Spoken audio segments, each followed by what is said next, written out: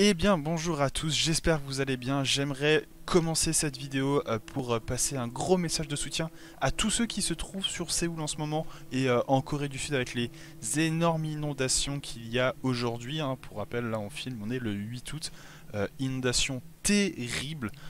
Franchement, quand on voit les images, ça fait juste peur. On voit des gens qui ont de l'eau jusqu'à au-dessus des hanches, donc ça fait vraiment vraiment peur. J'espère que vous allez bien, que les biens qui vous appartiennent vont bien, que votre famille va bien, que vos amis vont bien, que vos amis aillent bien plutôt, ce sera un peu plus français.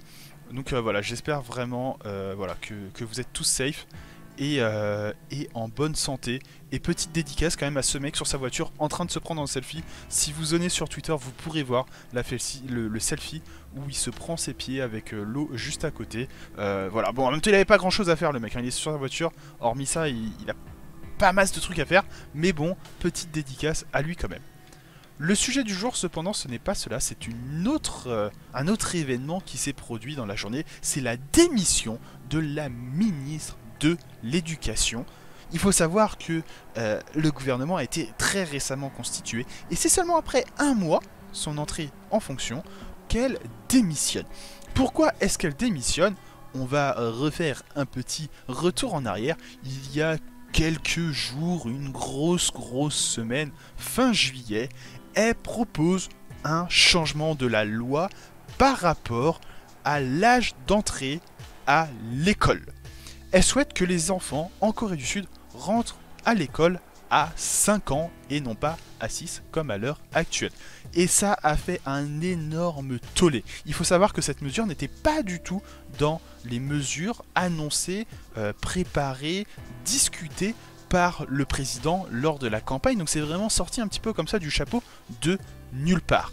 Et les gens ils ont pas kiffé du tout, et ils ont fait non, on ne veut pas. Il y a eu très rapidement, là vous voyez, le 1er août, il y avait des manifestations qui rassemblaient des parents d'élèves, des associations de parents d'élèves même pour être un peu plus précis, des professeurs, des associations d'enseignants, bref, il y a vraiment énormément de monde dans le domaine de l'éducation, des spécialistes de la petite enfance qui s'opposaient à ce projet de loi qui était sorti de nulle part et discuté avec personne. Ils ont vraiment chié ça en mode allez vas-y, on tente, on voit ce que ça donne. Ils ont vu ce que ça a donné, les gens sont totalement contre, et l'une des plus grosses critiques, et je peux faire avec ça une petite transition par rapport à l'une des dernières vidéos qui était la Corée meurt, où j'expliquais que l'âge en Corée du Sud est de plus en plus haut, l'âge moyen, les gens sont de plus en plus vieux, il va falloir du monde pour travailler, pour payer, pour faire tourner l'économie sud-coréenne. Et justement, l'une des critiques de ses opposants, c'était de dire ce n'est pas en faisant rentrer les enfants un an plus tôt à l'école que ça va solutionner l'économie coréenne, parce que c'est pas parce qu'ils travailleront un an plus tôt que tout va aller. Il faut penser aussi au bonheur de l'enfant, et à 5 ans, ça sert la chauve, la flemme d'être derrière une table à l'école et d'apprendre des trucs.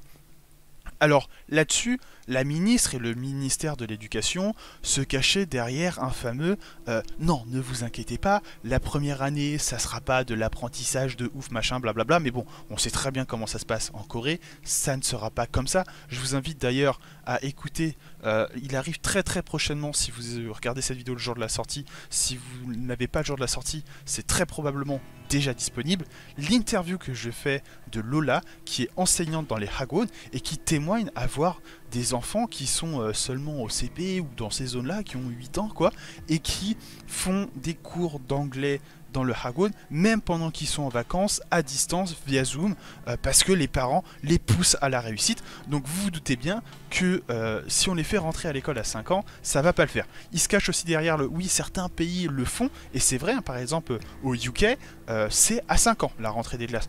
En Australie, en Nouvelle-Zélande aussi. Mais cependant, tout cela n'a pas convaincu. Les personnes contre ont continué de manifester, ont continué de faire entendre leurs revendications, et la ministre a démissionné aujourd'hui.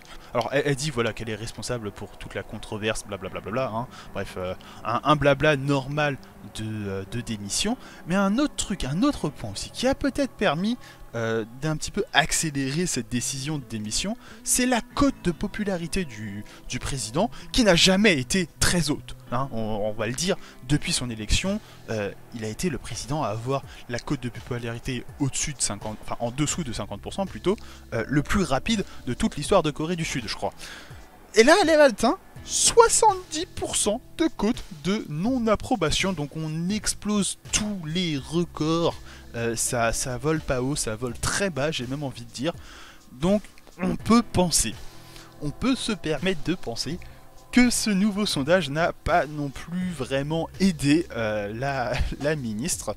Dans tous les cas, le président, lui, essaie de s'en sortir un petit peu bien en jonglant et en disant que jamais une loi sous son gouvernement, sous, j'allais dire son règne, mais bon, c'est pas un dictateur non plus, hein, jamais, voilà, tant qu'il sera en tant que président, il n'y aura jamais une loi qui sera faite contre la volonté du peuple. Et bah là, effectivement, vu que le peuple s'était quand même assez bien, assez fortement soulevé contre, alors la loi, ce projet de loi ne sera pas fait et que les prochains projets de loi seront discutés en amont. L'avenir nous dira si c'est ce qui sera fait ou non. En attendant, je vous invite du coup évidemment à vous abonner à ma chaîne. Merci beaucoup à vous de m'avoir suivi et à bientôt.